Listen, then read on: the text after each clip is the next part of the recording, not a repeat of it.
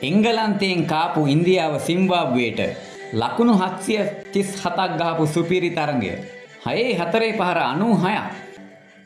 ආයිබෝන් දයාබර ක්‍රීඩාවල හිතවතුනි. ඉන්දිය කණ්ඩායමේ යුරෝපා සංචාරය අවසන් කරමින් එංගලන්තය සමග පැවති එක්දින තරඟාවලියේ තරග දෙකට එකක් හැටියට පරාජයට පත් වුණා. විශිෂ්ට ජයග්‍රහණයකින් තරඟාවලිය නිම කර එංගලන්තය අවසන් තරඟයේදී ඉන්දියාව පරදා ලකුණු 27කින් ජයග්‍රහණය අත්පත් කරගත්තා. තරඟාවලියේ පළමු තරඟයේදී ඉන්දිය කණ්ඩායම කඩලු 6කින් ජයග්‍රහණය කරා. එම තරඟයේදී එංගලන්තය ලකුණු 258ක් රැස් කරා. පිළිතුරු ඉනිම ක්‍රීඩා කරපු ඉන්දිය කණ්ඩායම කඩලු 4ක් පමණක් දැවි ලකුණු 262ක් ලබාගෙන තරඟය ජයග්‍රහණය කරා. දෙවන තරඟයේ පැවැත්වුණා ඉන්දියාව හා එංගලන්තය අතර. එම තරඟයේදී ඉන්දිය කණ්ඩායම මුලින්ම පන්දුවට පහර එල්ල කරමින් ලකුණු 233ක් රැස් කරා. පිළිතුරු ඉනිම ආරම්භ කරපු එංගලන්ත කණ්ඩායම කඩලු 6ක් දැවි ලකුණු 235ක් ලබා ගැනීමෙන් කඩලු 4කින් ජයග්‍රහණය කරා. ඒ අනුව තරඟාවලිය 1-1ක් හැටියට සමතත්වයේ සිටියේදී ආරම්භ වුණා තුන්වෙනි තරඟය. තුන්වන තරඟයේදී පළමුව පන්දුවට පහර දුන් එංගලන්ත කණ්ඩායම දැවැන්ත ලකුණු 387ක් රැස් කරා කඩලු 3ක් දැවි. එෙහිදී පළමුව පන්දුවට පහර එල්ල කර බෙන් ඩකට් සහ ජේ බෙතල් පළමු කඩුල්ල වෙනුවෙන් ලකුණු 192ක සම්බන්ධතාවයක් ගොඩනගා ගත්තා. ජේ බෙතල් පළමු කඩුල්ල හැටියට දැවියද්දී ලකුණු 91ක් ලබා සිටියා. 4 පාර 11ක් සහ 6 පාර 2ක් ඔහුගේ ඉනිමට ඇතුළත්. ඉන් අනතුරුව පිටියකුතු ජෝ රූට් සහ බෙන් ඩකට් දෙවෙනි කඩුල්ල වෙනුවෙන් ශතක සම්බන්ධතාවයක් ගොඩනැගුවේ ලකුණු 101ක සම්බන්ධතාවයක් ගොඩනගන. ඒ අනුව දෙවෙනි කඩුල්ල ලකුණු 293 දී බිඳ වැටුණා. ඉනිමේ වැඩිම ලකුණු ලාභියා වූ බෙන් ඩකට් ලකුණු 141ක් ලබා ගන්නේ 6 පහරවල 1ක් සහ 4 පහර 18ක් එල්ල කරමින්. ලෝඩ්ස් පිටියේදී රැස් කර වැඩිම ලකුණු සංඛ්‍යාව හැටියට ඔහුගේ ඉනිම වාර්තා පොත් අතරට එකතු වුණා. ඉනිමේ අවසන් භාගයේදී ජොස් බට්ලර් පන්දු 13කදී ලකුණු 41ක් රැස් කරන්නේ දැවැන්ත 6 පාර 3ක් සහ 4 පාර 4ක් සමගින්. නොදැවි ලකුණු 74ක් රැස් කරන ලද ජෝ රූට්ගේ ඉනිමට 4 පහර 9ක් එල්ල කර තිබුණා.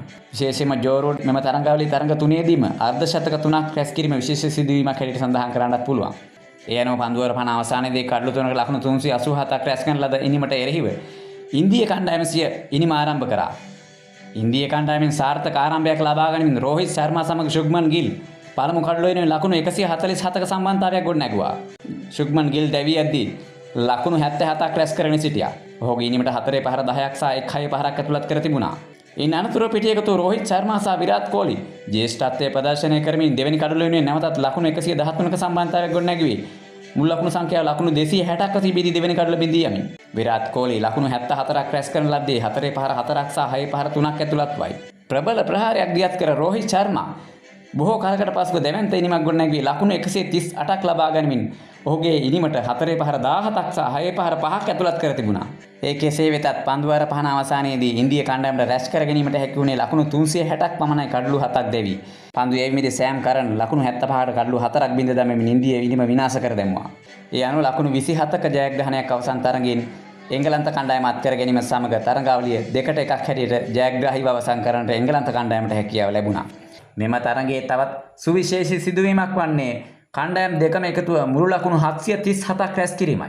මෙහිදී 4 පහරවල් 80ක් සහ 6 පහර 16ක් සමගින් 6-4 පහර 96ක් එල්ල කිරීම මෙම කණ්ඩායම් දෙක සමත් වීම නරඹන්නන්ට මහත් ආස්වාදජනක ගෙන දුන්නා. මෙම තරඟාවලින් පසුව ඉන්දිය කණ්ඩායම සිම්බාබ්වේ බලා පිටත් යන ලද්දේ 20-20 තරඟ 3කට මුහුණ දීමේ සූදානමින්.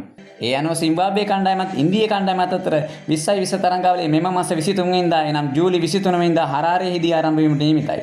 පළමු තරඟයේ 23 වෙනිදා, දෙවැනි තරඟයේ 25 වෙනිදා, තුන්වෙනි තරඟයේ 26 වෙනිදාත් පැවැත්වීමට නියමිතයි. එසේනම් ප්‍රිය ක්‍රීඩාවල හිතවතුනි, ඉදිරි තරඟ විස්තරත් සමග නැවත බහම වීමට බලාපොරොත්තු වෙමින් අදට සමුගන්නම්. ඔබ සියලු දෙනා VUP ක්‍රිකට් channel එක subscribe කර තබා ගන්න. එහෙමනම් ඔබ සැමට ජය වේවා.